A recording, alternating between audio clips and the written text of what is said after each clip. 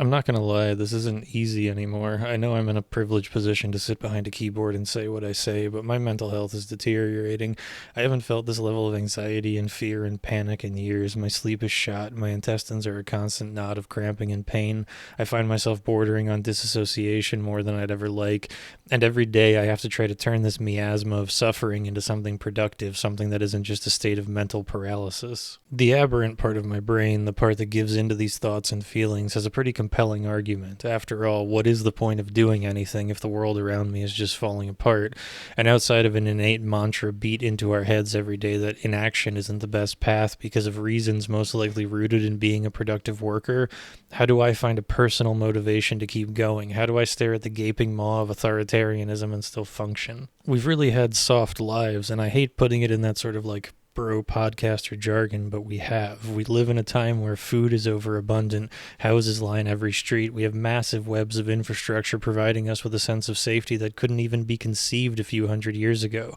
The complete wealth of human knowledge and experience resides in a little box in my hand that may as well be powered by magic for how much I understand it. I'm not going to argue that we live in a utopia. It's far from that. Even with this abundance of resources, people still find themselves wanting, find themselves going hungry and thirsty. With overabundance came greed, walling off of resources to a wealthy class of elites. But we were still raised to be soft, docile, and so now that we're staring at a cruelty faced by our ancestors, most of us aren't prepared. Most of us would rather deny the inevitable reality until it shows up on our doorsteps. Every day it seems we wake up to some new piece of news that inches us closer and closer to a nightmare somehow worse than the one we're in. I see people being denied entry into this country because their criticism of our president could be construed as terrorism, and I selfishly fear that the words I'm saying right now will be used against me to brand me as some kind of enemy of the state, and that will justify my imprisonment or worse. I'm watching the rights of the people around me being taken away because they fit some concocted definition that somehow validates the inhumanity being thrust on them, as if breaking the law is a blank check that opens the door to justify dehumanization. If you understand history, this logical progression has been used by fascist regimes throughout centuries.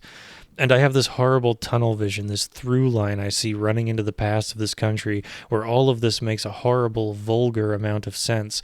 How clear it is now that the people I share a world with are filled with hatred and disdain, that they use issues like the economy and grocery prices to put a thin veil in front of their bigotry, how they don't mind inconvenience if it means watching the people they hate suffer. I don't believe in a moral society, I never really did, but this has now destroyed any embers of hope that might have been smoldering.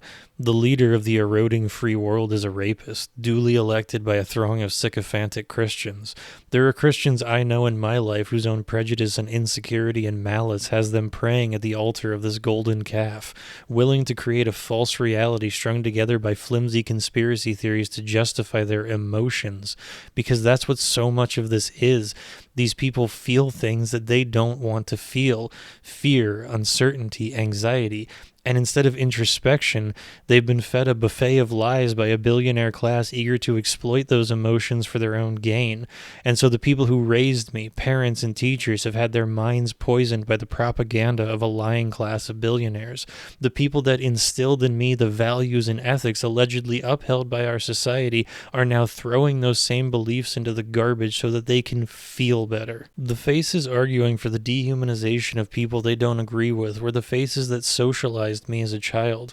They gave me books filled with heroes that embodied the ideals implanted into my developing brain: to be kind, to love, to have compassion and empathy, to always look out for the little guy.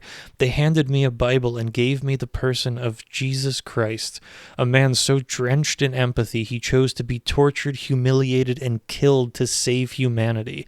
A man that stood before a crowd and said, "Blessed are the merciful, blessed are those who hunger and thirst for righteousness, blessed are the meek." But what he didn't say was, "Blessed are those who judge their neighbors for their genders. Blessed are those who find constitutional reasons to justify their bigotry. Blessed are those who twist the words of Christ to push forth their ideology of hatred." I remember sitting in church pews as a child being told the greatest commandment was to love your neighbor as yourself. When I see families being ripped apart by ICE agents, I wonder if that's how we show our love. I see wrinkled white faces trying to argue that they aren't actually our neighbors so we can do whatever we want to them, and I try to remember the parable in which Jesus turned a blind eye. And the same people that handed me that Bible now worship a God of pride and lust and envy and hatred.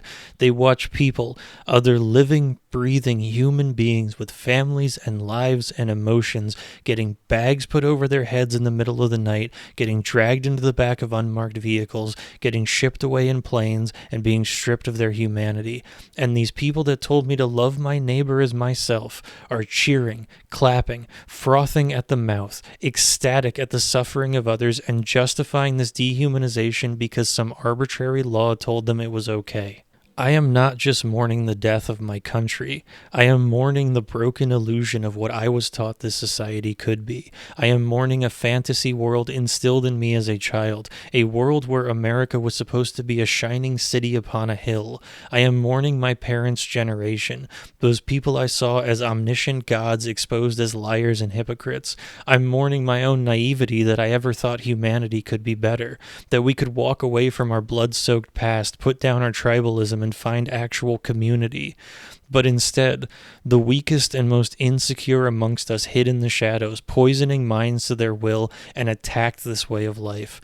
They took from us the world we were trying to build. They thrust their hatred and insecurity into our lives, making us distrust our family and our neighbors. They made us believe that we were each other's enemies, that they were our saviors. They lied to you. They lied to you. Please hear me when I say this. They fucking lied to you. And as I watch this society crumble under the weight of their vitriol, I do feel fear and worry. I do find myself uncertain of what to do, oftentimes paralyzed by the sheer enormity of the crisis we face. But there is one other thing I feel deeply, something burning inside of me that is thawing my frozen will. Anger. I am furious that these tyrants ever thought they could win, that they thought their impotent hatred and prejudice was somehow strength. And I am heartened by their idiocy and incompetence. You cannot be filled with their level of bigotry and be a thinking, intelligent person. They are fools, and their failure to run a government is bubbling to the surface. The economy is crashing, the world sees us as a joke. The only thing keeping this administration afloat is their shared hatred, and as is the case with this class of authoritarian, they will turn on each other as the ship sinks. They will scurry like rats. I know you feel powerless, like you're watching a boulder careening down a mountain, standing in its path, unable to move and just waiting for the impact, because I often feel that as well. But just remember that you're not alone, that there aren't just thousands of us standing with you, but millions.